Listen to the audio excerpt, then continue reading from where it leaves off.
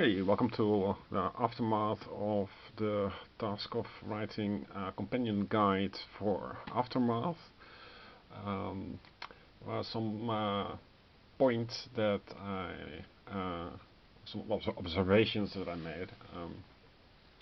So what this rulebook actually is, it says here rulebook, but it is in fact a getting started guide, and it should refer to some kind of reference document. And so it's an unconventional rulebook in the sense that it differs rules to cards and page sections. So you have to read the book to find the rest of the instructions. And this is something that isn't highlighted and taken as a matter of fact. People are not used to that. They are used to certain standards in the hobby. Yeah, this gives a lot of wrong impressions. So it could work if they're getting started and a reference guide or approach were used. The designer seems to either stubbornly stick to his views or isn't aware of their other products. I watched some interviews, and his point of view is that a small rulebook sells better to the unsuspecting audience that is family gamers. But this game, as you can see from 100 pages of nitty details, this is not a family game. It is a simple game, but it's not a family game. So people, yeah, it's effectively misleading people to buy things that are not fit for them. And if you give this game to gamers, then they will complain a lot. But get it to work. But well, a proper gamer is not the intended audience. I watched this other products, and they were all the same. So he has a certain philosophy, and I think he's alone in that approach. But well, for this game, this is the best of the three competing products from his line of work. This is the most beautiful and most dynamic adventure. The others were far more linear. Now, so we just have to stick with this situation. But even when taking things literally, there are a lot of unexplained parts. So a lot of mechanics are implied. A fan produced attempted a better rulebook, but it has mistakes and isn't great either. You can download it from Board Game Geek, but it won't help you. And it has also errors. Now the threat cards are never discarded when you defeat an enemy. It doesn't say so in the rulebook, so do not discard any threat card when you defeat an enemy. You place these enemies on this thing, and then there are enemy cards that you slot, and there is a threat card under it. When you remove the enemy, the threat card remains. It's something that people are not, the intuition says that everything goes, because the threat card indicates the type of attack of the enemy card. So if there is no enemy card, there is no point to indicate, but yeah. It just assumes that people will do the expected thing. If anything, it displays laziness from the designer's point of view. And it shows there has not been proper playtesting. There has been a lot of playtesting, which you can see here somewhere. Where was it? Here, the credits page.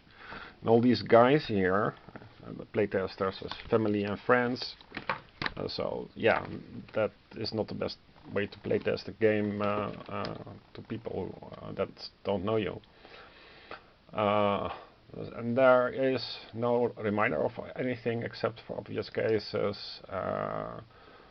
Yeah, well, Calamity goes once per page. Revisiting a page, it's all implied.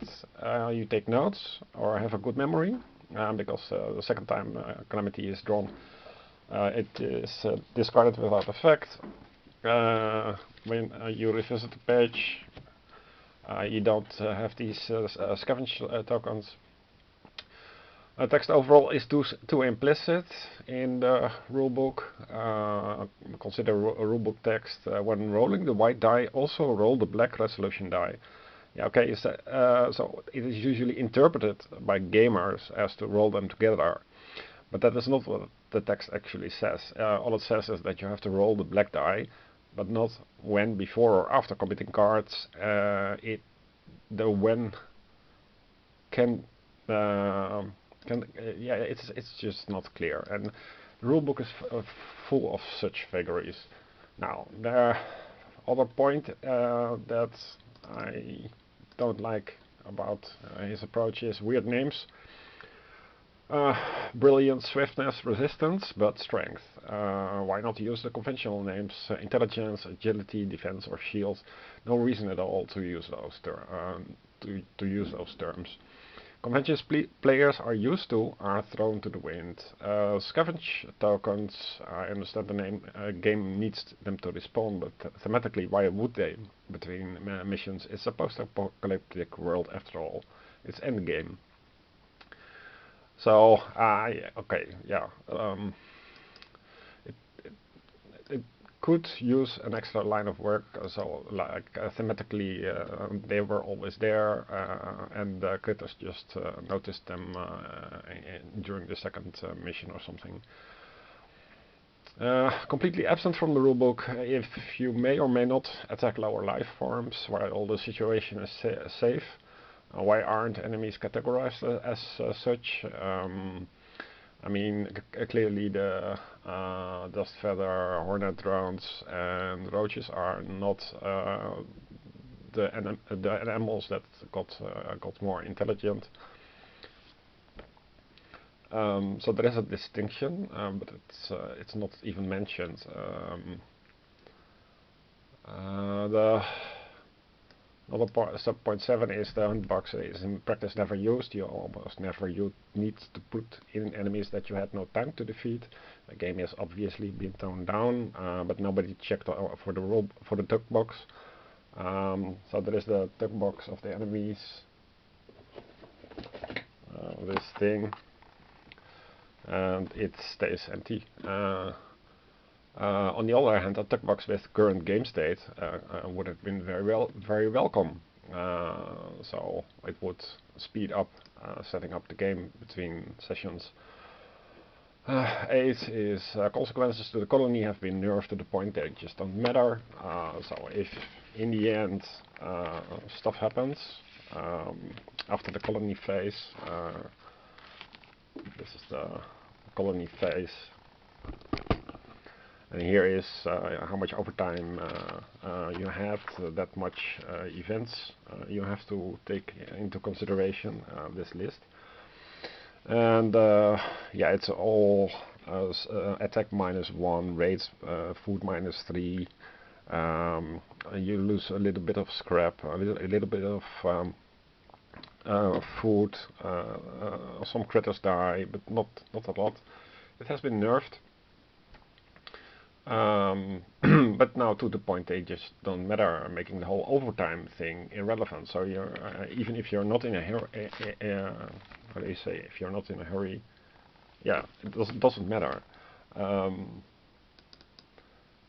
But the tone of the book is that it does matter, and things are harsh, and you have to make hard decisions. But in practice, it matters almost nothing. And also you can prevent all of these events, and not most of the events. The last one there is an item that you can get the kill bomb or something, and as you can see here, the last one does not have a prevention. So what has been forgotten here in the second edition of this book is the challenge, and the prevention here is the kill thing. So that's what you need to add in by yourself. Let's see, points. Yeah, so the points seem to describe an originally more harsh game with more complexity, more interesting kind of grim aftermath.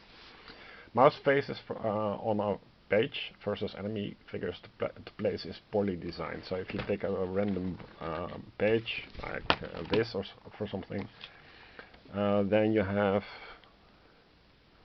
you have here now one mouse face. Let's find something with more mouse faces. Yeah, for example, here you have several mouse faces. Now it is left to the players to decide as evenly as possible across spaces with red face icons. They could have easily been numbered so that there is no choice stress for the players. So the first one goes here, second goes there, third goes here, fourth goes here, something like that. It's very simple. Now the eye space of the eye icons on spaces, there is an eye icon here and here. Whenever you move your critter, whenever you move him here, you have to stop your movement for that turn. Even if you already looked at the entry, because you have to, you may not choose not to read the entry. You may not keep moving, regardless if you read it before or not. It makes no thematic sense. Skill tests are a mess rule-wise and should be streamlined.